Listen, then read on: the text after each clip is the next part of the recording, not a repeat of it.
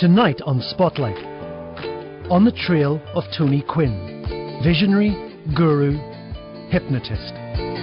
The purpose of life is to experience life, not to sit on the sideline and think about it. Life coach and saviour to some, cult leader to others.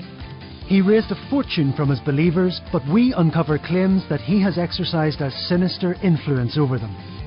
And most extraordinarily of all, the inside story of how two of his followers from Northern Ireland struck oil in Central America and founded a multi-million-dollar business. I've got to tell you, it has been an amazing journey. Only to fall out over Quinn's role in the firm. It's been a long, hard, tough time, tougher than anybody could possibly imagine. It began as a fairy tale with adventure, exotic locations and outrageous fortune. So how did the dream go wrong? Questions surround what Tony Quinn and his supporters have done with a fortune in oil money. Something we put to him when Spotlight tracked him down overseas. Dr. Quinn, are you going to pay back INE the money, the millions that the shareholders say you owe them?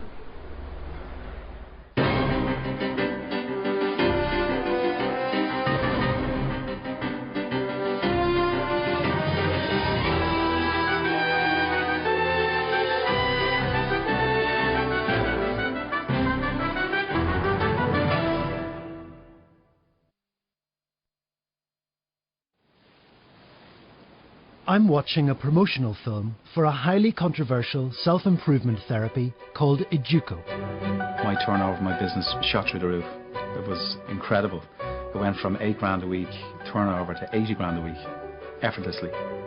It goes beyond belief. It's just a state of being. It's a new way and a new dimension of living. It promises to change your life. I can't believe I went through an operation without anesthetic. It is now possible for the first time ever to take control of aging and indeed health at the cellular level. You're in a position to literally produce what I call designer lives. Educo, the educational system of the future, today. It is the brainchild of Dr. Tony Quinn, Irish yoga teacher turned business guru. His courses cost anything up to $100,000 a time. I wanted to investigate claims that he exercises a strange influence over his believers. And in particular, the story of a feud between two of his former followers, two women from Northern Ireland. Susan Morrice, a renowned geologist from Belfast, and her former business partner, Fermanagh woman Sheila McCaffrey. Both had started as fans of Tony Quinn's teachings. When I'm working with people, what I try and do is take out everything that's possible and put it in front of them, and they choose how far they want to go. As I would discover, the women disagree on him, and they can't stand each other. How many times did you say it? It is lying. You are discounting everybody. An annual meeting in Dublin of International Natural Energy. On the right, Susan Morrice, company chairman. On the left, Sheila McCaffrey, her former chief executive. The meeting descended into chaos, and no actual business seemed to be getting done. Shareholders seem in one way mystified, but there are plenty of angry shareholders in there too, as you can hear now with the shouts in the background.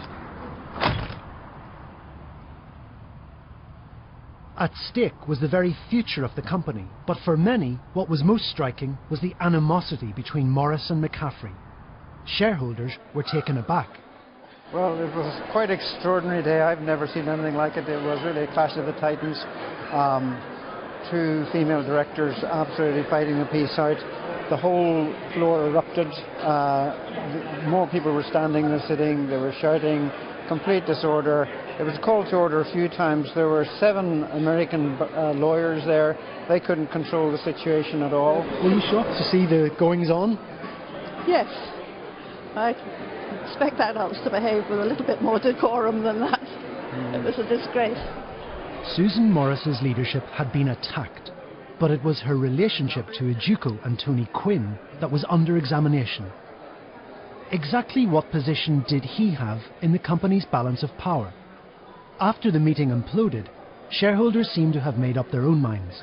Tony Quinn has complete control over her. He's the puppet master, she's the puppet. You know, God help her, he has complete control of that lady.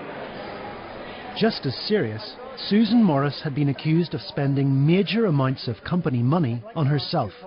I put that to her as she was leaving with the wife of her late business partner. Some shareholders believe that you're using the company as your personal bank. Absolutely not, Brian. That is total lies. And many shareholders say you're still under the influence of Tony Quinn. That is true? absolutely ridiculous. Susan would later file a complaint with police about disruption at the meeting.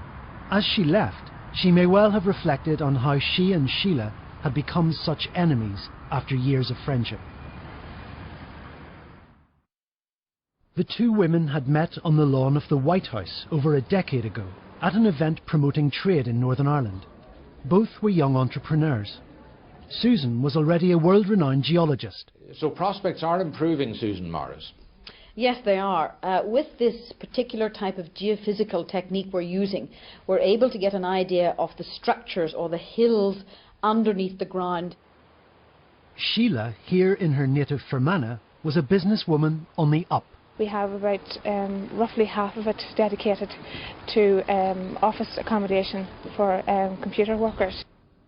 But it was their later devotion to Educo and Quinn that would lead them to their greatest success.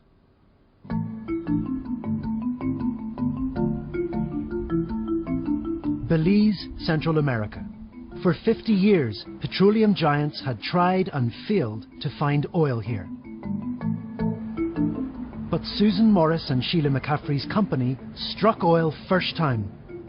It was an average day in Belize, scorching hot, 40 degrees. We were, everybody was anxious. It was a, make or break day as far as we were concerned. People assembled on the site just at dawn, just coming up to 5:30 in the morning.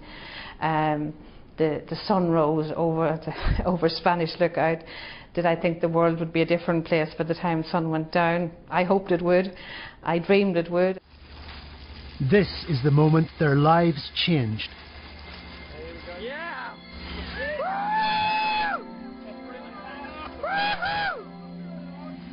It was a momentous day for everybody involved. I never seen so many grown men cry in my life. Susan and Sheila's company had struck black gold, hundreds of millions of dollars worth of oil.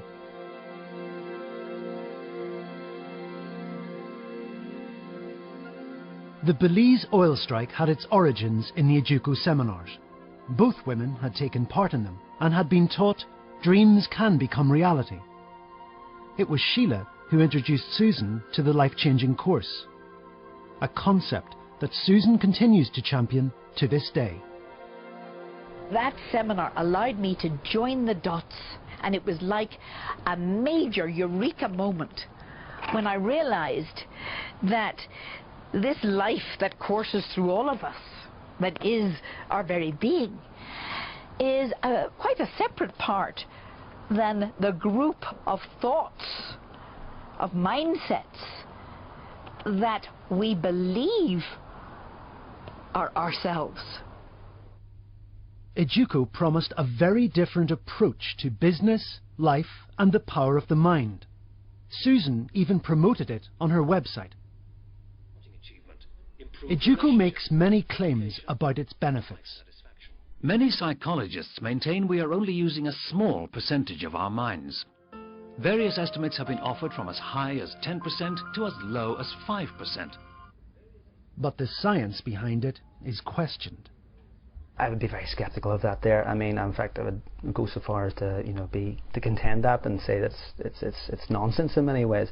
I mean, when they say about using more of your mind, they say that we only use 10% of our mind, which is incorrect. And that is something that has been a myth in psychology for a number of years. Dr. John Butler is an expert in hypnotherapy and a long-time critic of Educo and its emphasis on money. Educo is a mind development system that promotes the idea that by studying the course and information they have, you will improve the quality of your life. has a very strong emphasis on material success, but it also applies to what they call gaining more life, being more in touch with life. So it has a kind of quasi-spiritual aspects to it. So it sounds quite positive. It sounds like a life-changing force. That's the claim. Yeah, that's what people are promised. Whatever the real benefits of Educo, there's no doubt that Susan and Sheila were grateful to Quinn as the inspiration behind their success. They gave him a vast shareholding in the company. He would soon get a seat on the board too. Quinn would benefit hugely from the company, certainly more than many of the original investors.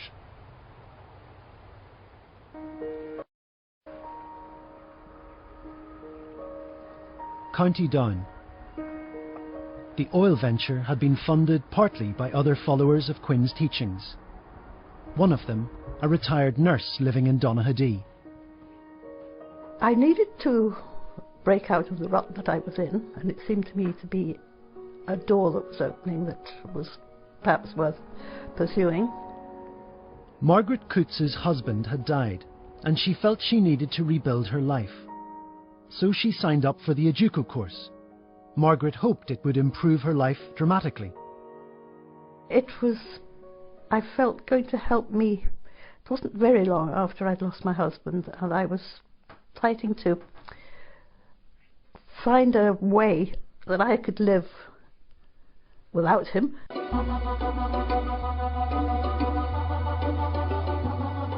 Margaret had paid for a 2-week Educo seminar.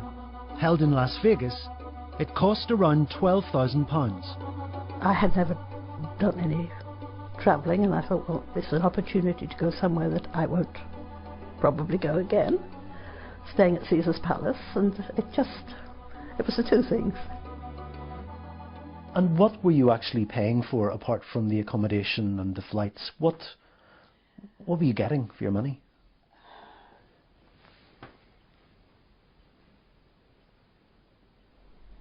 I find that very difficult to answer, because the more I think about it, the less I got for it.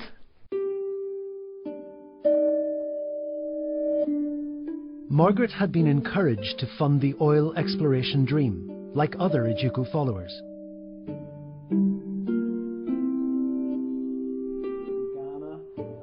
Rafe McCutcheon from County Down was an avid Educo follower, encouraged by what he believed to be its positive, go-getting message.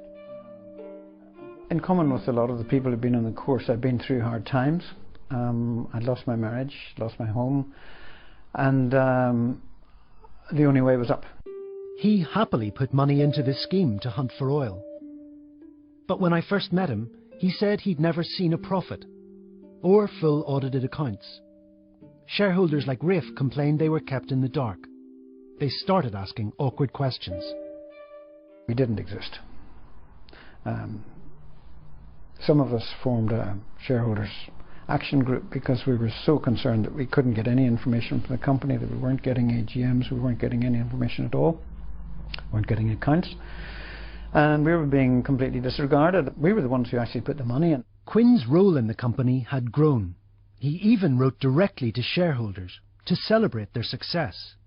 Not all of them were jubilant. What did you think when you heard that Tony Quinn had been given a substantial amount of shares in the company? Where did the shares come from? Who gave them to him? Who paid for them? And why should he be given shares? Why didn't he? The man with the amount of money that he has, why didn't he buy them? Why didn't he get involved when the thing was getting off the ground? He waited until it was a functioning company and producing oil. He didn't want to have anything to do with it prior to that. Well, a lot of questions.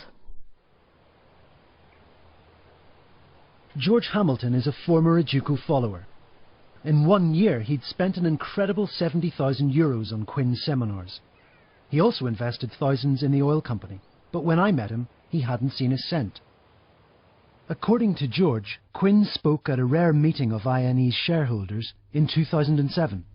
He said that he was advising the board, and he said that the advice he had given him was that they were giving out too much information, and he would be advising them to give out very little information.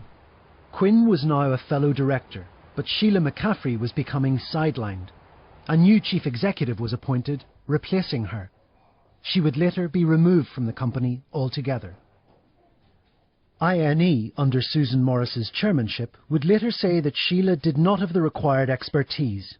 The company had outgrown her. The company didn't outgrow me.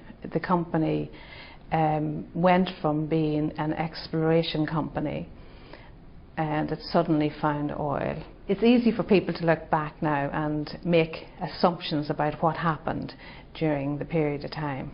I was there. I actually do know what happened. And this freeze out of me that happened was purposely orchestrated, designed and executed perfectly. We asked Tony Quinn if he was responsible for sidelining Sheila. He denies this. Other shareholders were growing restless, like Paul Kelly from County Down. The scheme was bringing in big bucks. It was such a success, even non-Educo followers had come on board what was now Belize's biggest export company, an oil firm worth hundreds of millions of dollars. Well, the shareholders were starting to have a voice, and people wanted to know what was happening to the company which they had invested in. Basically, there weren't proper accounts, there wasn't transparency. People didn't know where the money had gone, if the company had made any money or lost money or made money. It's just a normal thing companies should do, file accounts and produce books, basically, which seemed to be impossible. Shareholders were in open revolt. Sheila McCaffrey had not only been moved aside. Acting on information supplied by the company, police in Belize issued a warrant for her arrest. Company property had allegedly been stolen. Sheila was dismissed. Susan brought in new blood. Her cousin joined the board. Hi, my name is Josh Stewart and I'm originally from Belfast, Northern Ireland. When Susan asked me was I truly fulfilled, I could feel it inside me. I knew I wasn't. So I jumped at the chance and attended the 2-week Educo seminar in the Bahamas. To say that the Educo seminar was transforming would be an understatement. Josh Stewart's devotion to Educo made him an ideal candidate to team up with his cousin Susan on the board of INE. It seemed Educo and INE's leadership were almost becoming one, united under Tony Quinn's guidance. A new rule had been introduced. Any further investors would have to attend Tony Quinn's Educo courses. This commercial law expert who examined the issue for us questions that rule. This was very odd, particularly because the training courses don't seem to serve any purpose so far as the business is concerned. To that end, there would be a question whether there would be a conflict of interest there. When a shareholder promotes the company for the gain of his own personal pursuits or another company that he has an interest in, that is a serious conflict of interest. The company say this was just a short-term measure for 4 months to protect INE. But another new allegation now surfaced. Some INE shareholders we spoke to claimed they were being spied upon, and that came to light last year. After the last AGM, we had a meeting that the shareholders who feel that things aren't right, and at that meeting there was a person in the lobby videoing us coming out of the lift. We actually followed one of the agents ourselves after a meeting in Dundalk, and we identified him as a private agent. INE strongly deny they were ever involved in any spying. A number of years had passed since INE hit oil. But people like Riff had yet to see a payout. This was becoming a critical issue. He needed funds fast.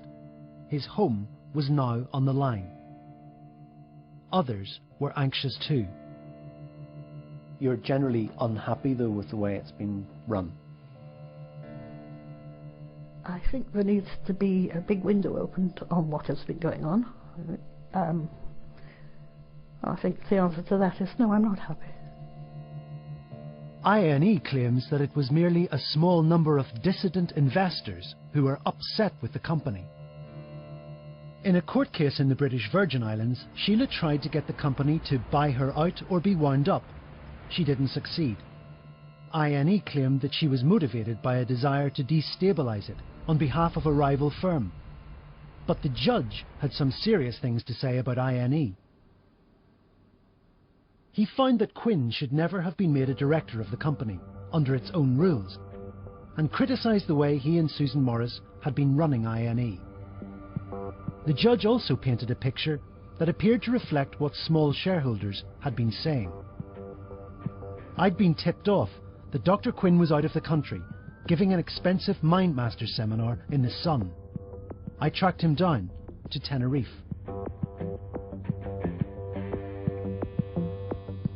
What he and Susan had been up to while at the helm of INE was now beginning to emerge, thanks to the court action. Tony Quinn and Susan Morrice had told investors that they couldn't pay a dividend because their banks wouldn't let them. But the judge had found there was no evidence of this. Now, if shareholders wanted any money, they had to apply to their own company for a loan. The judge described this as a bizarre arrangement, designed to punish shareholders of whom Morrice and Quinn disapproved. Quinn, though, was able to tap into the scheme to the tune of $1.6 million. INE maintains it had paid out millions to investors, but while loans had been issued, the judge in July said no dividends had been paid. There were further revelations. Quinn's time on the board was certainly eventful. Almost $2 million had been spent on security and what was described as counter-surveillance. Morrice and Quinn claimed their lives were under threat. What the judge called a private army had been assembled for Quinn, all with company money. For at least one courtroom observer, what was apparent was Tony Quinn's hold over Susan, a hold she continues to deny. My impression from talking to Susan Morrice and from attending the trial would be that she is very much under the influence of Tony Quinn. She greatly admires Tony Quinn, she defers to him, and she deferred to him in the running of the business. Giving her evidence during the trial, she was quite emotional on various occasions, including at times when relating how Tony Quinn and herself were threatened, or as she said, they came under death threats and other types of threats, and felt the need to spend money on large sums of money on surveillance and close protection security. Do you feel as if you might have been under surveillance? I know I have been under surveillance. How does that make you feel? You have to make very substantial changes every day in what you're doing, and it affects your children, it affects everything about your life and who you talk to, and the fact that it changes everything. It changes everything about your life, and it's the most deepest forms of infringement of your personal security and personal things that you do every day. Everything's compromised. Susan Morrice denies she ever hired security experts to harass and intimidate shareholders or her former friend. The court case would suggest that Sheila's departure may well have been inevitable, just business. Her treatment, however, was anything but, according to the judge. We can carefully analyse what has happened back since 2009. If people want to freeze you out, they will stop at nothing doing it. And it's been a long, hard, tough time, tougher than anybody could possibly imagine. And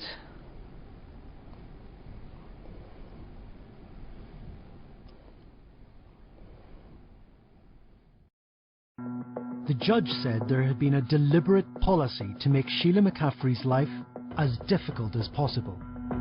Susan and her cousin Josh Stewart had also wrongly spent $200,000 of company money attending Quinn's Educo courses. This company is, in one sense, off the rails, because the board for 5 years leading up to the trial of this case was running this company outside of the rule book. They were running it as they wished. The rights of a large majority of the shareholders have been entirely ignored. So from my view, from reading the judgment, the judge was very critical of the way in which this company was run. I would perceive this as an indictment on the way in which these people have run this company. Quinn's allocation of nearly $16 million in shares is now in question. In all, millions of dollars of INE money has found its way to Quinn via a loan, Educo seminars and the shares. But he should never have been on the board, so I wanted to know if he intended to pay that money back. Time to talk to Tony. It's the first time that Educo has come to Tenerife, and this luxury hotel is the location Tony Quinn has chosen to introduce new members to the Educo way of life. Both Tony Quinn and Susan Morrice had declined our requests that they be interviewed for this programme. Dr. Quinn, Brian Hollywood from BBC Spotlight. Are you going to pay back the INE shareholders the money they say you owe them? Dr. Quinn, are you going to pay back INE the money, the millions that the shareholders say you owe them? Dr. Quinn, have you any comment about the money that the INE shareholders say you owe them? You've got to stay. Following his removal from the INE board, his role and shareholding in the company remain unclear. After I tried to put questions to him, Dr. Quinn later contacted us, saying he had had nothing to do with Sheila's departure, actually abstaining from the vote to cast her out of INE. He also denies hypnotising anyone. Susan Morrice denies using company money wrongly, but still advocates the Educo courses for staff members. And what of Dr. Quinn's vast shareholding in the company? This is the letter apparently granting Quinn his shares.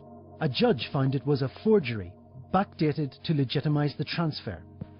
Sheila denies she was party to this and says she had not signed the letter. But INE now claims that this undated photo is proof she lied to the court. It also says the photo is backed up by accounts from eyewitnesses to the event. Sheila denies any wrongdoing.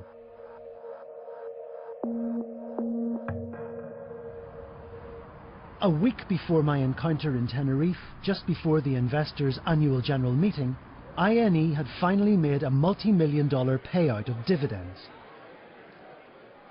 But the last-minute payout had done little to quell anger among some shareholders. They were still demanding wholesale reform of INE. Many seemed willing to back Sheila McCaffrey, who has yet to receive her dividend. I'm happy today. I haven't been happy up until today. Hopefully today is the day when things start to change. Sheila has been reinstated as a director, and she needs to be given backing from the company. Susan Morrice contests all of Sheila McCaffrey's allegations and has stated that every aspect of the company's operation is totally transparent. While the two women have thanked Tony Quinn for the success of their oil prospecting, he also lies at the heart of their dark feud.